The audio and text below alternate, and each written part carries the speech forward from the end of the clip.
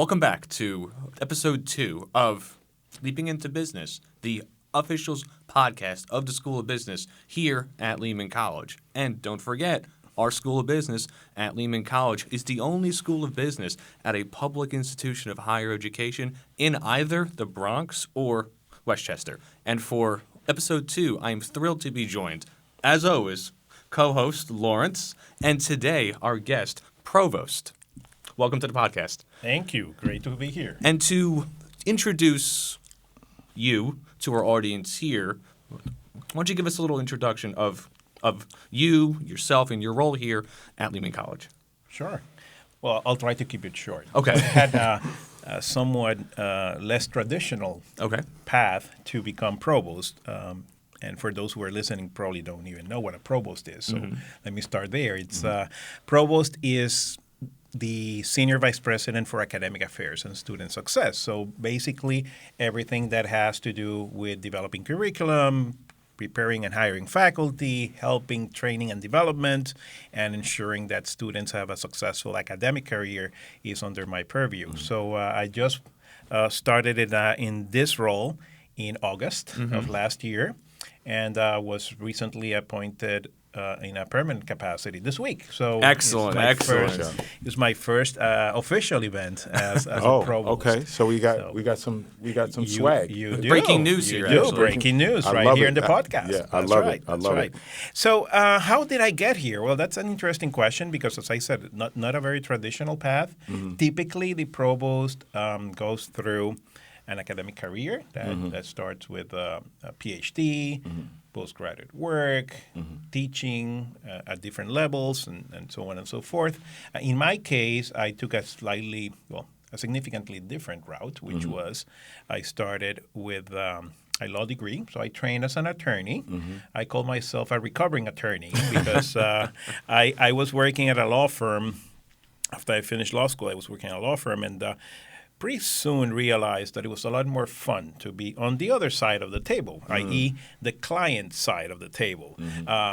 In turn, the client would be doing and executing ideas and sometimes making mistakes, which require hiring an attorney. Right. So I thought it was a lot more fun to be executing than fixing those executions. So I pursued an MBA, a Master's in Business Administration.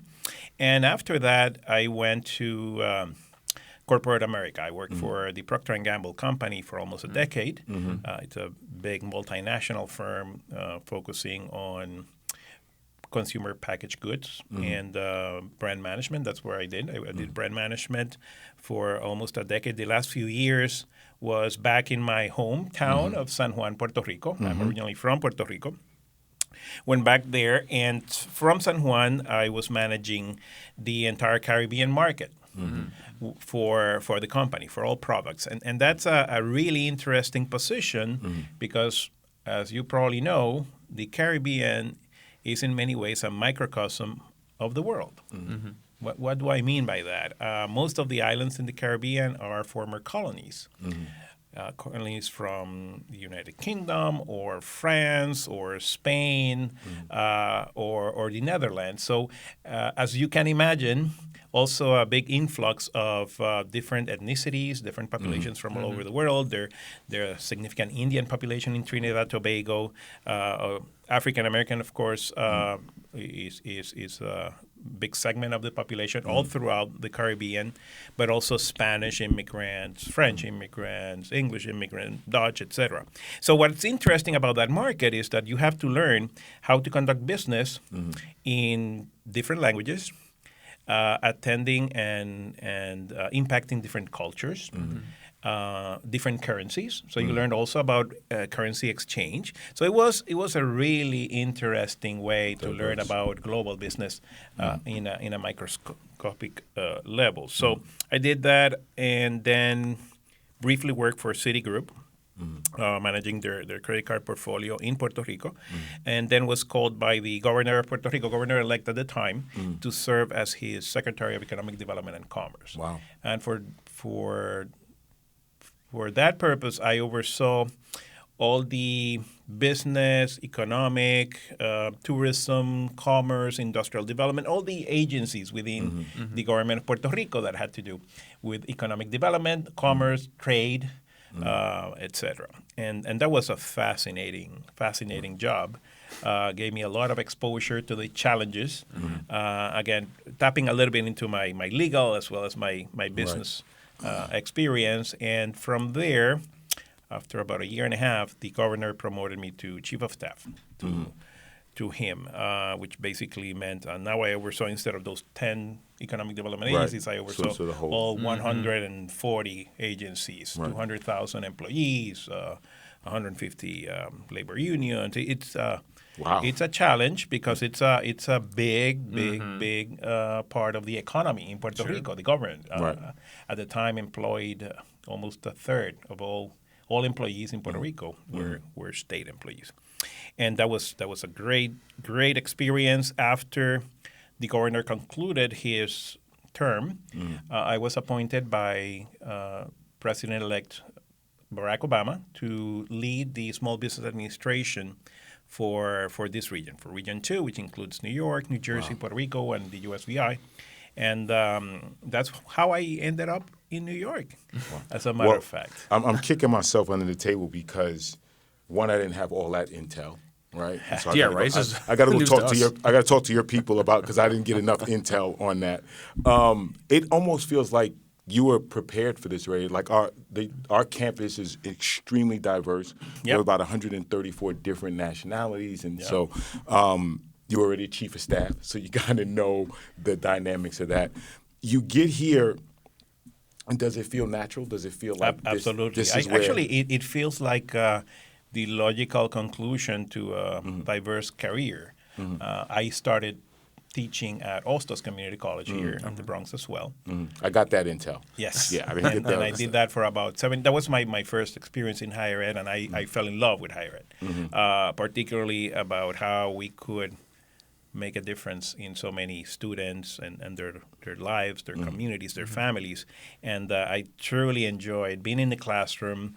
I was teaching classes on entrepreneurship, on international business, on business law, on all sorts of areas in business. And every semester, to me, was an opportunity to teach not only the theory and the fundamentals of the concepts, but also, and what I have done throughout my higher ed career, the practical aspects, the application of it, the what we call in academia active or experiential learning. So that has been my focus all along. Excellent. Talk to us about. So we've heard a lot about your cultural identity. Just talk about your leadership style a little bit, Provost, and how you approach it in your role now. Yes. Well, it's again a combination of those experiences I have had, but I think it goes back to my foundation. I went to Catholic school and was ingrained in that need to provide service. And that's what I have been doing for the last, probably since I started in public service, about the last 20 plus years of my career has been in that capacity. And that definitely has a big impact in my leadership style, which is one based on 2 key aspects. There are several, but the 2 key ones to me are communication and fairness. And those 2 terms are and should and can be defined in different ways. How do you define fairness? Well, my definition of fairness is to treat everyone with the capacity to obtain and seek the opportunities that their capacity would allow them to seek. And that has 2 sides. The fairness means giving those opportunities to everyone. It also means giving a sense of agency and accountability when you are given that responsibility. So I want to give you responsibility, but I also want you to demonstrate that you can manage that responsibility and that you can do it in a fair way. So what sometimes happens is if you have great performers, regular performers, as all Bell distribution would show, and then you have not so good performers. But I think it is important that we incentivize and that we reward the top performers so that we give an incentive to everyone else to perform better. And that's part of my definition of fairness. Of course, fairness comes by the hand of communication. Right. You might think it's fair, but unless and until you have the opportunity to talk to the person Right. and get their point of view and understand whether what you are assessing is fair or not, that could be obviously an area that could lead you to make the wrong decisions. But if you have a good communication, if you understand the other person's points of view, it is very simple. Right. Treat others as you would like to be treated. It's a very basic principle that I think applies in business, applies in life, applies in family, applies with friends, and it's what I try to abide by. Right. Well, I'm going to just ask one more, Sean. When you first got here, I've heard you say this, and I think we know it now, is you immediately came in and said, I have an open door policy. So you can come knock on my door will be open. How do you manage that? Right, because this is a big college, and we got a lot to talk about, and we're ready to knock on. We need to get things done. How do you manage that as a leader, as a provost, with an open door policy? How is that? Well, to be completely transparent, I didn't know how the community would react to that open door policy, which is literally an open door. I literally leave my door open in my office. So anyone who comes to Schuster Hall that's can his attorney walk side. by. See the attorney side of Sean? Literally. I literally my exactly door open. have his door open. That's right. And I didn't know how people would react if they would come all the time and knock on my door and come in, etc. And I found it extremely positive and encouraging that folks do come, do say hello, even if it's briefly, do engage with me, do see that there's openness, that there is transparency, and that there's that communication. So how do I manage it? By just accepting people who come to my office, sitting down with them, having a cup of coffee. I have a nice espresso machine in my office that my wife gave me. Yes, so I didn't know stop that. by. Okay, Another reason to stop Exactly. by. That's Provost office. Yes. Excellent. And so, pivoting our conversation, right? Because obviously your background and expertise is broad. Right, legal, finance, payments, governments, and also that expertise in managing a large organization or multiple organizations, which basically is a college, right? Because each school operates on its own, although ideally, there is that open door policy for everybody on campus. And so, in your view, how can Lehman and our School of Business really pop versus the other competition we have in this area? Well, I strongly believe that the untapped opportunity for our students, for our community here in the Bronx, New York City overall, but specifically in the Bronx, is so dramatically big that we will be successful at tapping into the opportunities for those students to integrate their learning, whether it's on campus or off campus. We all learn every day. Of course. No matter what we do, whether it's working, whether it's interacting with family or friends, whether it's in the classroom, whether it's a school project, we are constant since we were born. We have been learning, right?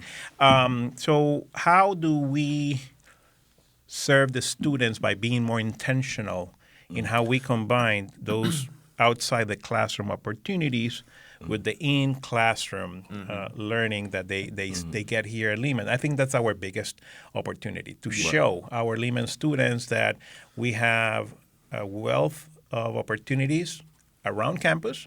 Our community is, New York City, it's a huge lab of business and many other disciplines, of course, capital of the world. Where else can you, for instance, right now, not only in finance, but right now I am in conversations with the Yankees organization to see if we can develop a program that would allow our students to intern and learn about sports management. That'd be great. So you have the Yankees. Well, it doesn't get much bigger than that, right? And we have management at the business school. Exactly so right. You put those two things together, it's almost it's almost like a no-brainer. So to me, it's building those bridges between what they are doing on campus and what they can learn from off campus and integrate into the classroom. No, and I just want to point out that actually the provost, you came to our first ever digital asset conference in person here on campus and opened it, right? So having that commitment and buy-in, right, from folks who are so busy at the institution at that level is really, I think, a good way to really highlight to our students. Absolutely. Right, that having these opportunities, right, in the classroom, on campus at activities, and then off-campus opportunities with Lawrence and his team are really core strengths of Lehman and our School of Business, really. 1,000%. Well, I do see it as one of my main responsibilities is to be aware of how the evolution of technology, of artificial intelligence, of new payment systems, as you mentioned at the beginning, affect not only our students, but our entire economy and how we can tap into it. I am teaching a class this semester, and I try to do that in my class, is bring real case studies that they can understand, that they can relate to, that they can contextualize based on their experience. Right. Which leads me to my next question. You actually brought the School of Continuing Education into your classroom to lay out how the school operates and supports itself. Can you explain? I thought that was an amazing idea. I was joking with the people that were there because I used to work at the School of Continuing Education. It's like, we've done those presentations, but did you ever think you were going to do it for the provost in front of his class? Talk to me about your thought process in bringing a whole school there, letting your students see how this place operates. Talk to me about where that idea came from, because I thought it was pretty brilliant to do that. Well, thank you. I teach a class on strategic management this semester, this spring. And as I mentioned earlier, I try every semester when I teach, I try to experiment with new modalities that make the class experience engaging. And I am a fervent believer that you learn better by doing. Right. You learn by doing. And so you have to, again, learn the fundamentals and the concepts, but apply them to really internalize them. So what I did in my class was I said, well, it's a strategic management class. In the learning objectives and the competencies that we expect our students to gain includes a significant amount of advising or consulting, management consulting services to potential clients, right?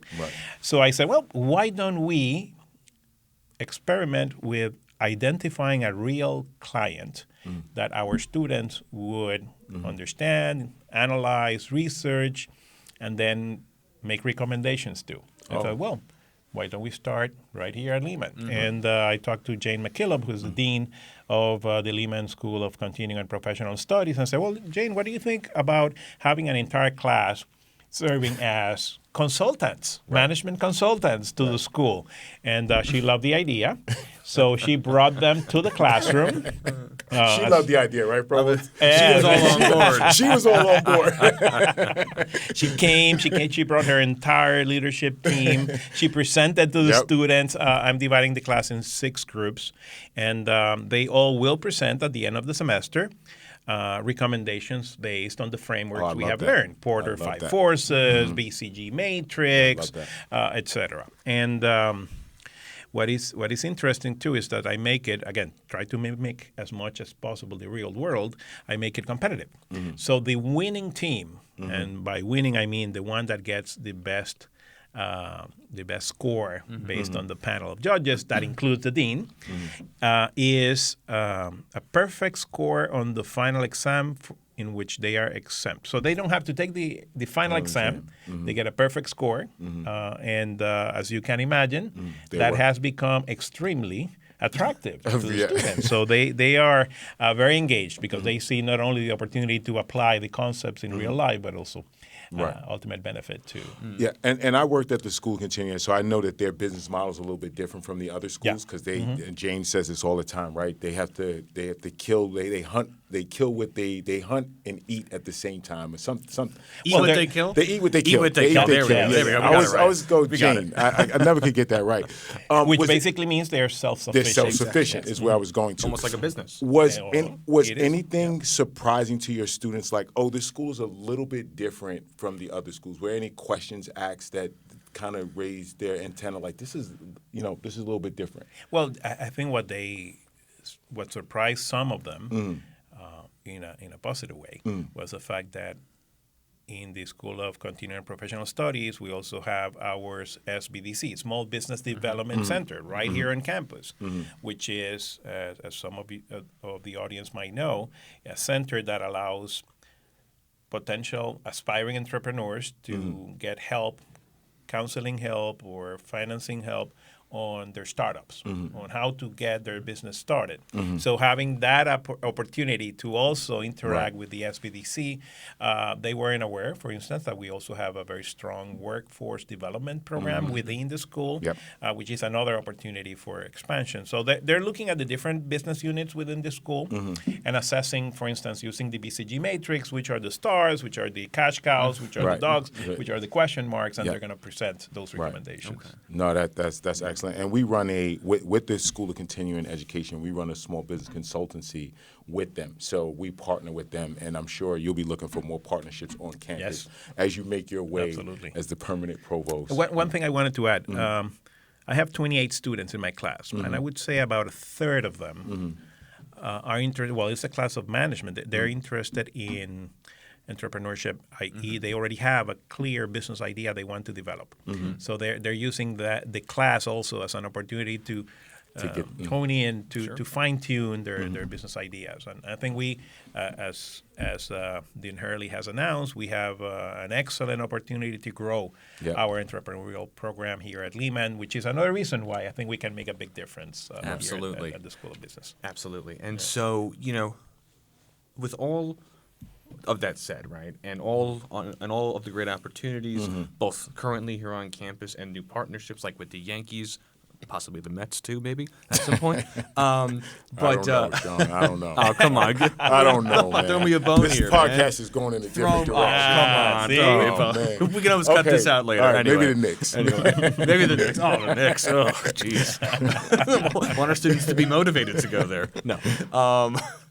So, how do you help students prioritize all of these opportunities, right? Because there's definitely real value add in entrepreneurial activities, taking those hands-on courses, working with real clients. But ultimately, right, our students are in college. Yes. And as a part of that, that headset leaving college is that headset to basically critically analyze ideas, think about them, and to be able to then take those frameworks, be it BCG, Porter's 5 Forces, SWOT, and then take those and apply them to new, different problems going forward. So how do you help students, or how do you advise students trying to prioritize their portfolio of activities while they're here?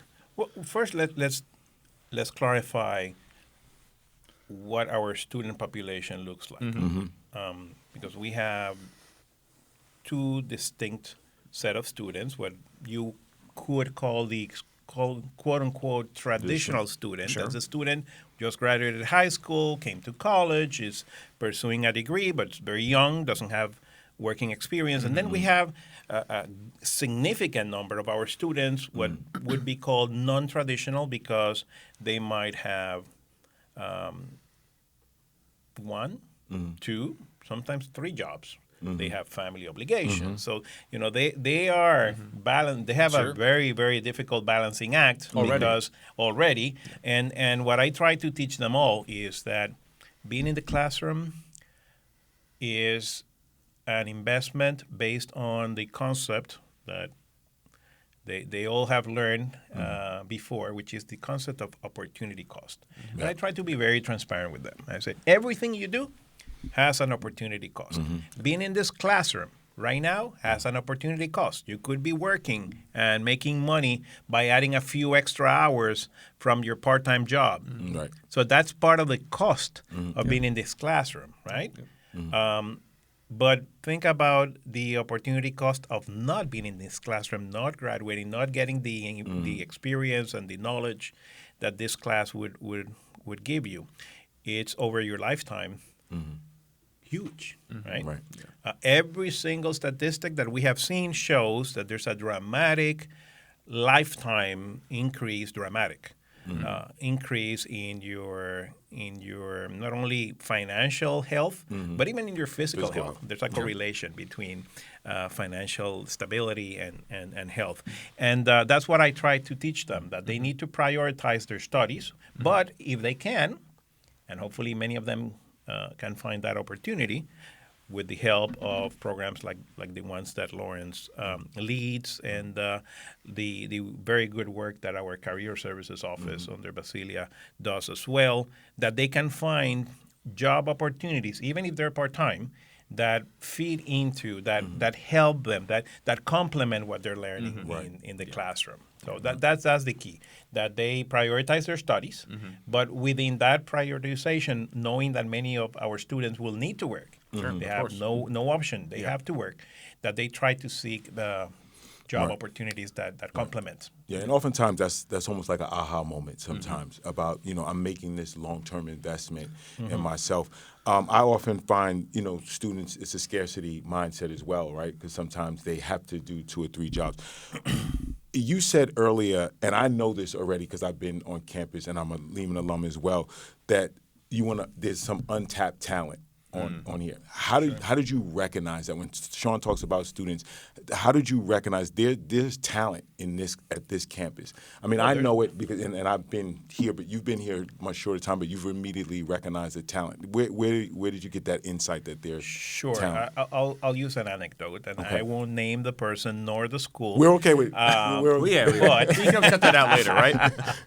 But I right here at CUNY, at the Graduate Center at CUNY, I attended a few years back a presentation by a very well-known opinion maker and leader in the entrepreneurship world, entrepreneurship cycles.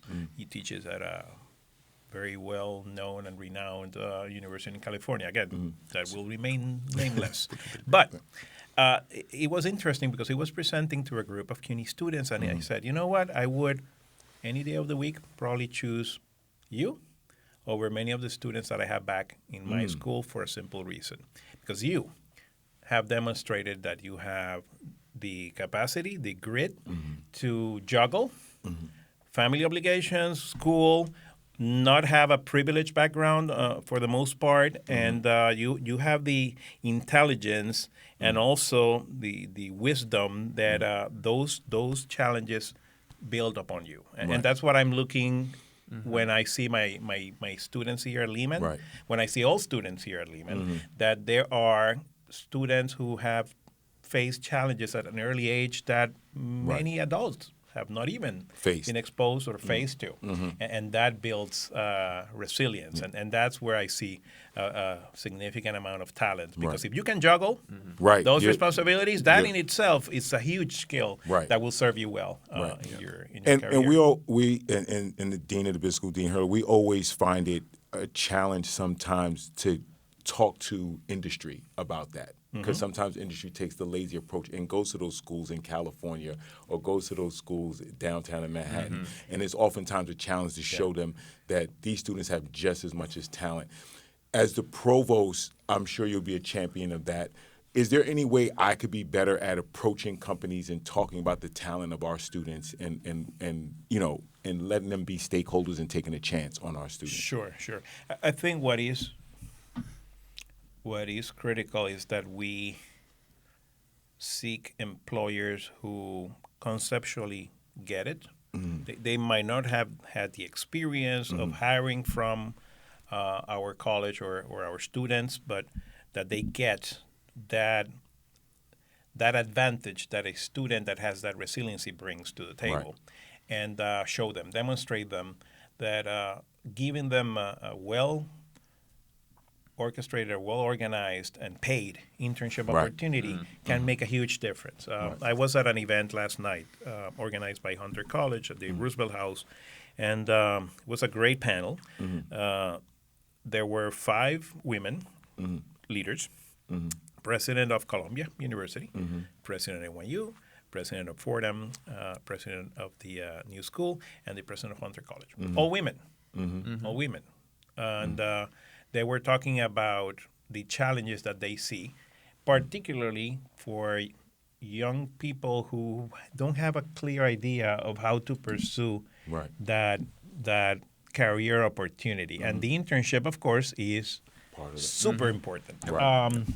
If you don't get the right internship on your first or second year, it's going to be a little bit harder to get the right internship in your third and fourth year. And of course, that's going to affect your capacity to get the full-time job that you want and that you seek. So my suggestion, Lawrence, would be when we go to see employers, first of all, you're not alone. You can come to my office. You can knock on my open door. Make sure Steve has this on recording. Because I think also employers want to see that there is commitment at the top. Absolutely. From the top leadership of the college to pursue this. That's why I personally met with the team, with the group at the Yankees organization, because I think that needs to be clearly communicated. There's commitment from the absolutely. top. And actually, during this past, I guess June, July, August, Lawrence and I both had the opportunity to be part of a Jobs Council sort of summer intensive series where Lawrence, I, and a few other folks here from Lehman, faculty, staff, enrollment advisors, were actually talking to companies like the Bloombergs, J.P. Morgans, Amazon, Deloitte, and others. But I do think there is a growing understanding that there is, as you put, untapped talent, right?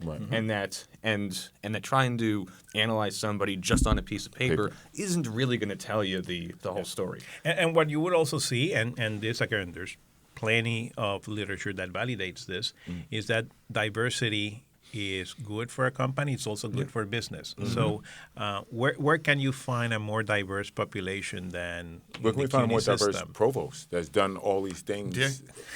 I mean, we got a good ticket right now because I think I going back to my original comment, I think this is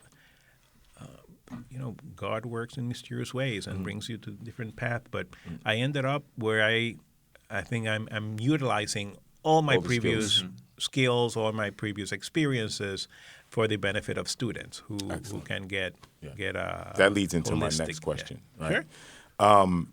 So there are three metaphorical bones in business, right? There is your backbone, which is your decision making. There is your wishbone, which is just serendipity, a little bit of luck that we all need.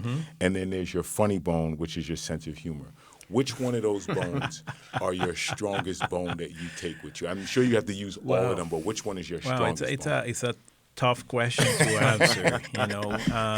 You would probably think that the obvious one is decision making because you need to have decision making for everything. But what are you most comfortable? Which one of those bones are you most comfortable with?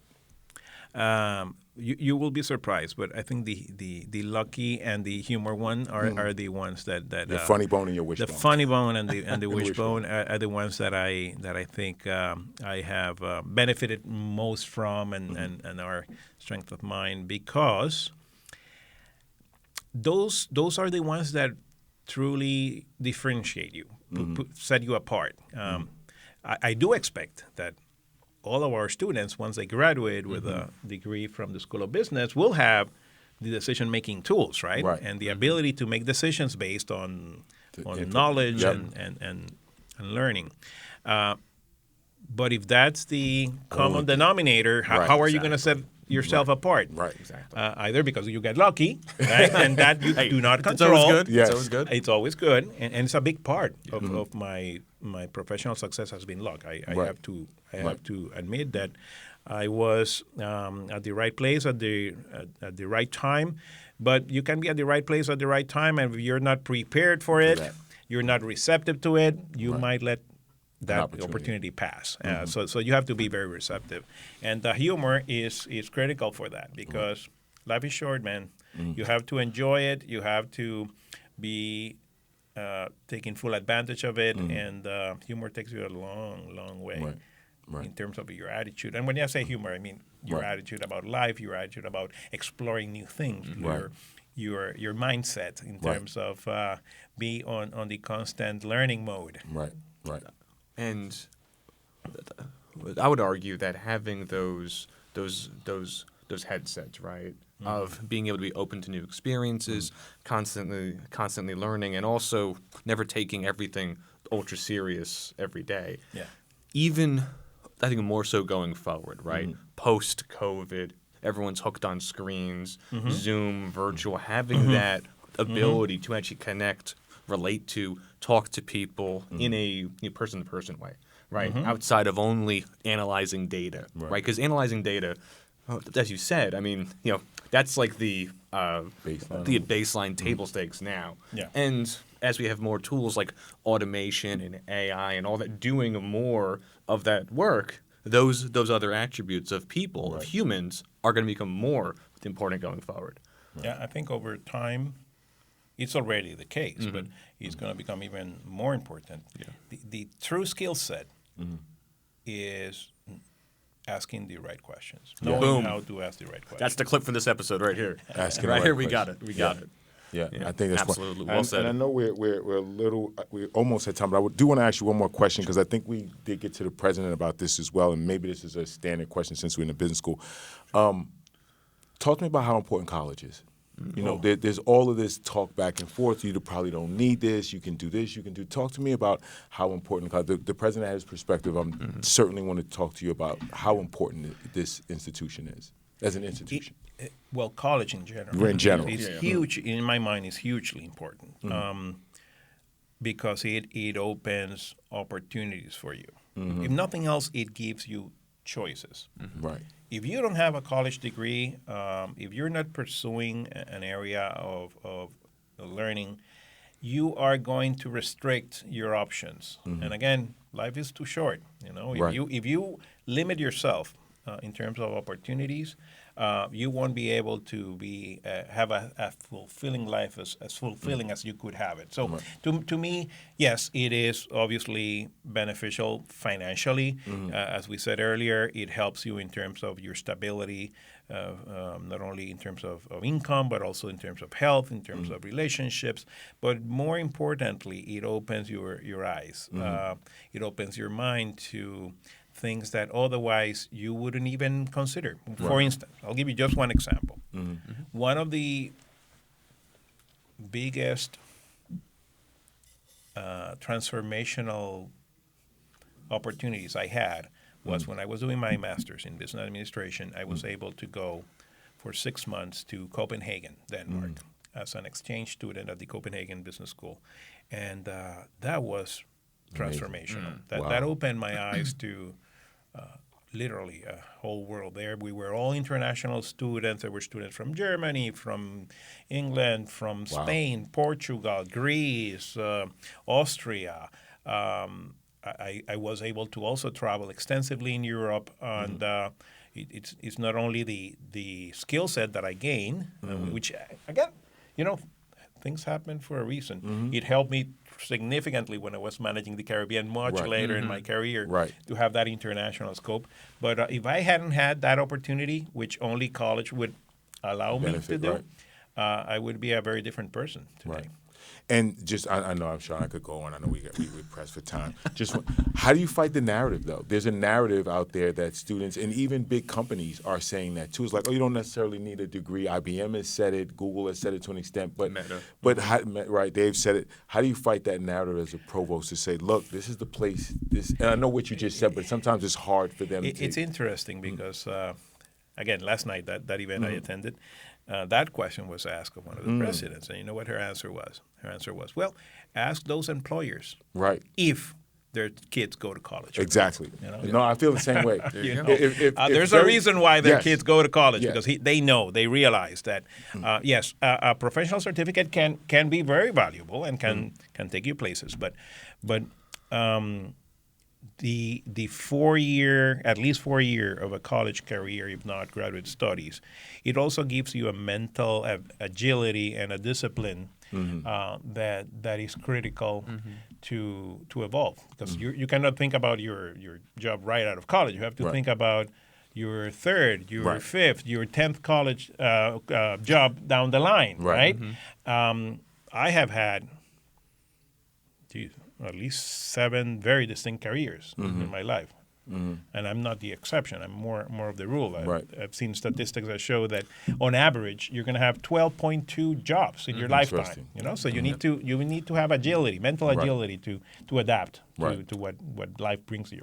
Right. And also, a add-on point to that, Provost, is that if the companies are advocating, right, and they're offering boot camps or training programs, whatever, Which are great. that's I all, think, that's it's all good. great. I encourage everybody to go and do that after they have that undergraduate degree or ideally master's level education or even further.